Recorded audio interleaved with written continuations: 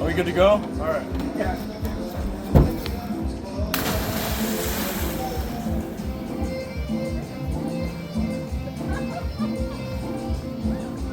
Oh yeah. I didn't touch the bottom. It's definitely feels good too. All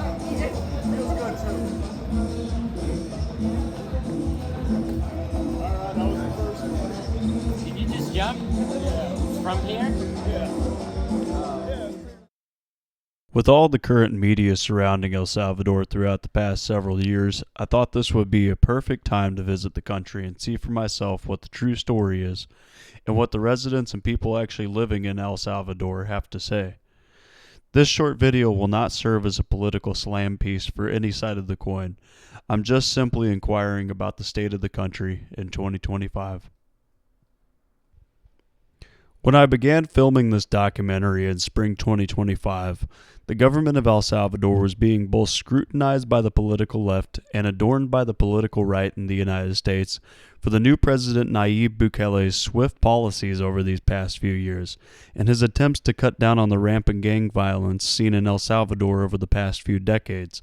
But what do the citizens of El Salvador actually have to say about these fast-paced political changes? While many on the right have celebrated Bukele for his efforts in thwarting the control of violent gang members in his country, he has also recently come under scrutiny and backlash from many left-leaning publications in relation to the potentially inhumane and unnecessarily harsh conditions of what is now the largest prison in the world, built by Bukele in the heart of El Salvador. To make matters stickier, positive relations and support for these policies from President Donald Trump have opened up a quandary of questions involving human rights violations, conditions at the prison, and whether or not all the prisoners incarcerated are rightfully convicted. However, to understand the story of why Nayib Bukele decided to take such swift and dramatic action, one must understand the state of El Salvador historically. Only a decade ago, before the inauguration of now President Nayib Bukele, the nation was considered the most violent nation in the Western Hemisphere, as quoted by CNN itself even. The narrative was further covered and amplified by other news sources, even such as Vice News, which did an entire series, which I highly recommend, documenting the brutalities and extortion within El Salvador only 10 or so years ago. At this time, gangs such as MS-13 were so widespread and prominent that almost no businesses could be run throughout El Salvador without first paying their rent to the violent gangs. Fast forward a couple of years now into Bukele's presidency. It's 2025 and the country has a brand new look. Upon arriving at the airport, I was picked up by my Airbnb host and later told that only 2 to 5 years ago, I would have most likely been held up at gunpoint at the airport for ransom or robbed. However, I experienced no such treatment and was kindly welcomed. There were hundreds of taxis upon arriving at the airport, and along with some of the kindest and seemingly happiest people I've met in the world so far, it was a welcoming place. Many people I met on this trip expressed their great admiration for the accomplishments of their newest President Bukele and what they called La Cambia, or the change, and many even went as far as to say that it is now the safest country in Central America. So I came on this trip to ask one question: is El Salvador safe now? Join me on this journey to find where the truth lies. Often I find that the truth is somewhere in between, and it's worth taking all considerations before coming to a final conclusion. If you're not yet subscribed to my channel, go ahead and click that big bell icon. It helps me more than you know, and it also allows me to continue making content just like this. It'll also keep you up to date with all upcoming content. Now back to the video. El Salvador is a beautiful developing nation. Having witnessed many sides of it, I couldn't help but notice the stark differences between itself and other nations I've visited in my travels so far. Upon arriving at the airport, my Airbnb driver and I had a long conversation, mostly in Spanish, about much of the culture in El Salvador. While we drove past miles upon miles of impoverished metal shacks with no running water, we finally came upon a grocery store and shopping mall as big as anywhere you would see in the U.S. This was the city of El Sunzal and the resort area of El Tunco, a surfing capital of the world and a highly developed area with many people visiting from countries worldwide. Despite big developments in tourist meccas like this, I couldn't help but notice the lack of infrastructure in many places. The biggest example was coming to and from my Airbnb. Being right next to the beach, I thought initially that the Airbnb I was staying at was in a prime location. However, it later dawned on me that while I was often fine leaving the house during the day, if I wanted to get back to the B&B at night, my only options were to either walk through the Pacific Oceanside water at high tide during the nighttime, which I did once or twice, or walk alongside the darkened highway with no street lights at night, which may have been an even worse or more dangerous option, as there are no sidewalks and cars in El Salvador drive much, much, much more recklessly. One night in particular, when I was heading back to my Airbnb, I found myself in a dire situation while trying to make it back via the ocean side. After dark, high tide had come in and was slamming up against the barrier levee wall, which I was supposed to, I suppose, just slip through. Despite the actual red flag someone had put up top warning me of how foolishly dangerous it was, I went ahead and scurried along past the high tide, pounding the rock surface, barely making the pass between a pitch-black roaring ocean and a brick wall under a luckily full moon.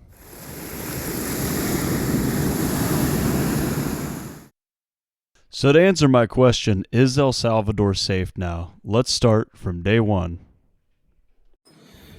Alright, so I am here in El Salvador. This is my second day. It's my first full day answering the question, is El Salvador safe now? So this is the rundown. I made it into El Salvador yesterday and saw a lot of the country, a lot of its ups and downs. I'm here today in El Tunco, surfing capital, and going to go for my first surf. So here we go. So my first full day in El Salvador actually started with a surf trip, which I thought was an appropriate thing to do in one of the surfing capitals of the world. My instructor was very patient for the hour or so that I took this lesson. Before trying surfing for the first time, I'd never realized how important the meditation of the mind and alignment of the body was and balance was beforehand, as we warmed up with a long yoga session to relax the body and mind. Once on the board, it was all a matter of balance. Every move you make on the board determines which direction it will teeter dramatically. Being incredibly clumsy, I mostly just caught videos of myself falling off the board. However, despite my lack of balance, I almost rode one wave to completion by the end of the training hour, and I think that by next time I have the opportunity, I'll definitely try surfing again with the foundations and understanding down now of how the mechanics of it actually work.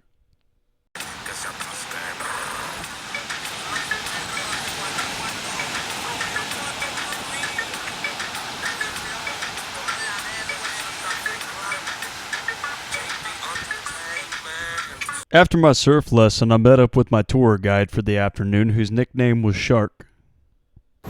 El Salvador, with the shark. Shark was very knowledgeable on the history of El Salvador and took me on a trip to the Centro Histórico district of San Salvador, the capital of El Salvador. On the way to San Salvador, Shark showed me the area in which the more elite class millionaires and even billionaires, such as now President Nayib Bukele, live. Along with many people I met, my guide Shark was very enthusiastic about the new leadership of Bukele. The first stop Shark and I took was to the Centro Histórico of San Salvador, in which a brand new library had been built for the people and for the youth by President Bukele's administration, highlighting just some of the positive sides of the infrastructure changes in the country.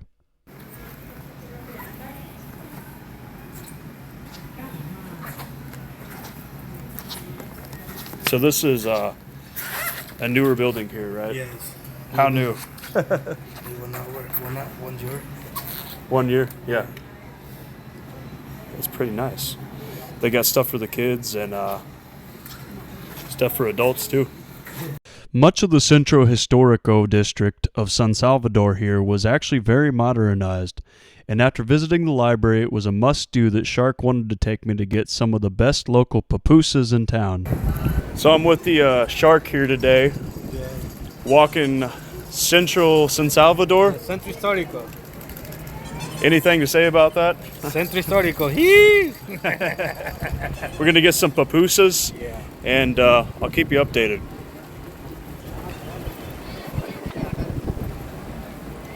Being the most popular culinary snack in El Salvador, I had some pupusas at the airport upon landing on the way into the country previously.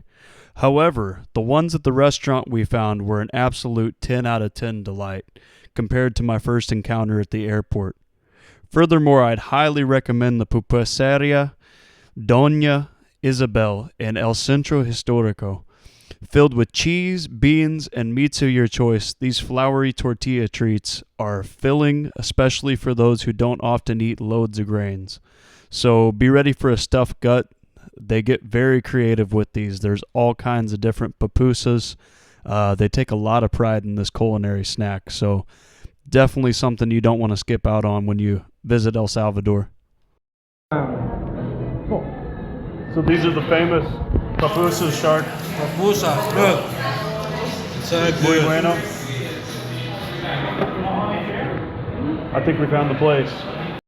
Here we are with Shark, back on the streets, headed to La Parque Nacional of Boquerón. Boquerón. Boquerón.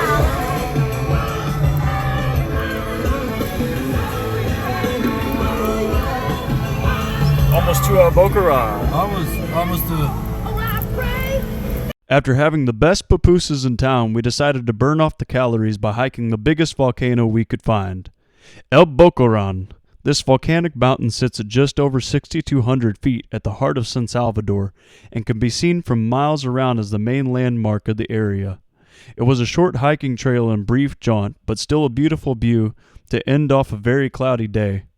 Our last sight of the day was this monumental volcanic canyon, as we got caught in a cloud coming over our heads at the peak.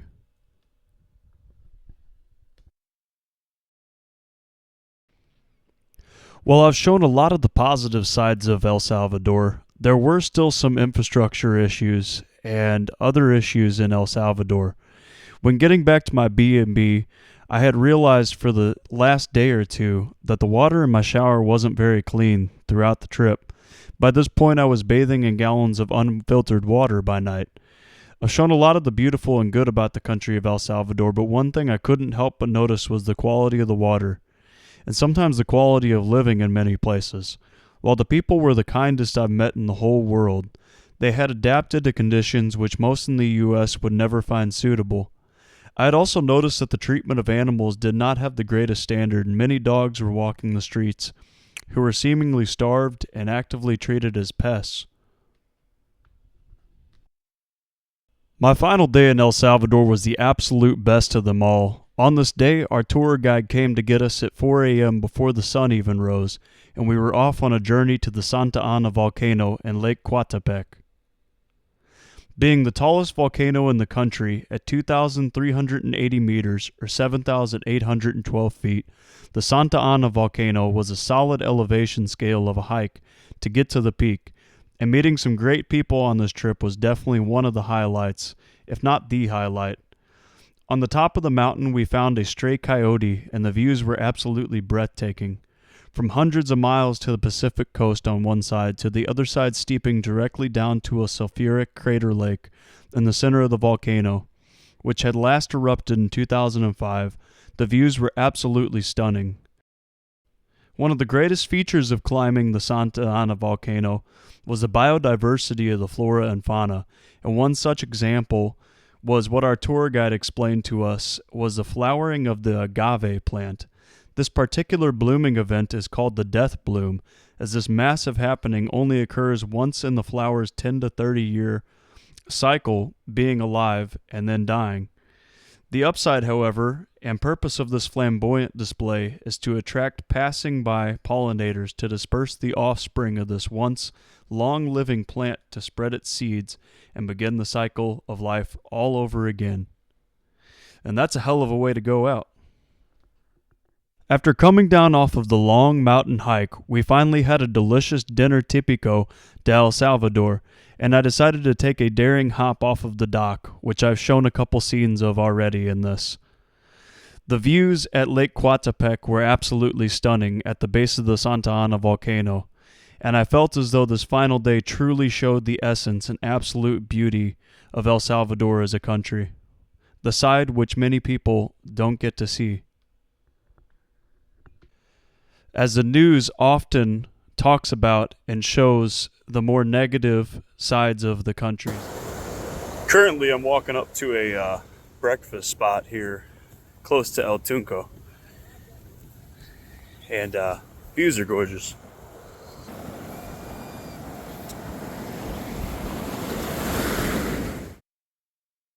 On my final day, I had one last typical El Salvadorian breakfast on the beach before calling my Airbnb driver to return me to the airport.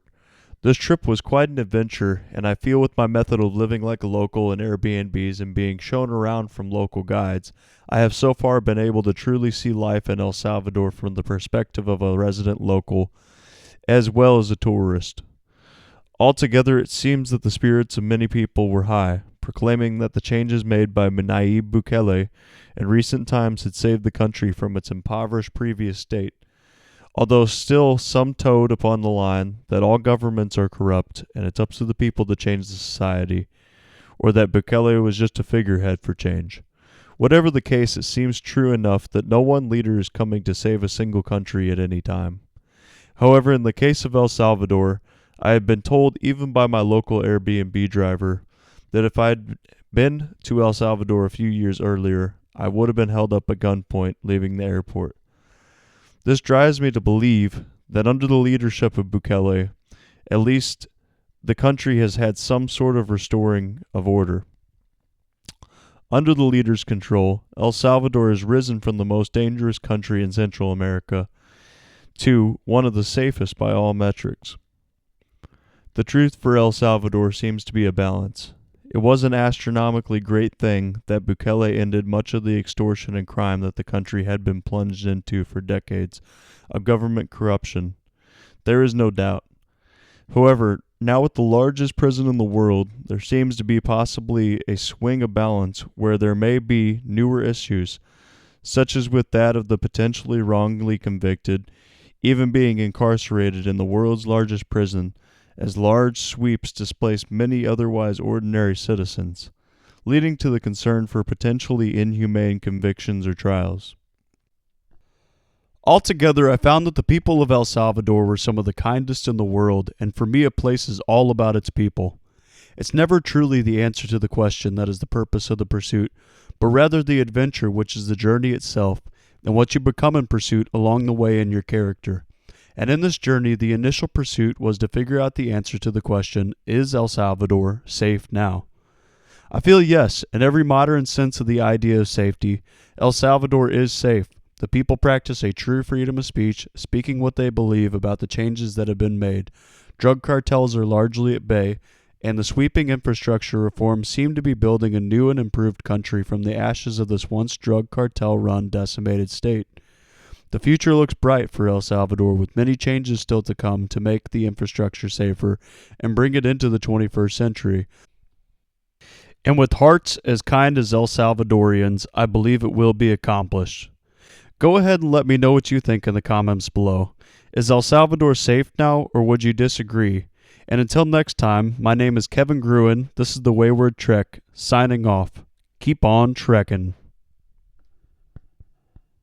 So Shark, the main question I wanted to answer with my little video documentary here is El Salvador safe El now? Salvador. Very safe. El Muy Salvador, seguro. Muy seguro. Very safe.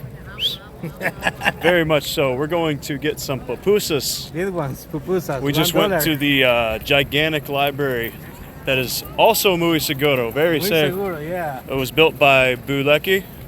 Biblioteca. Biblioteca, sí, nacional. The new Biblioteca. president, everybody loves the new president here in El Salvador. Beautiful country.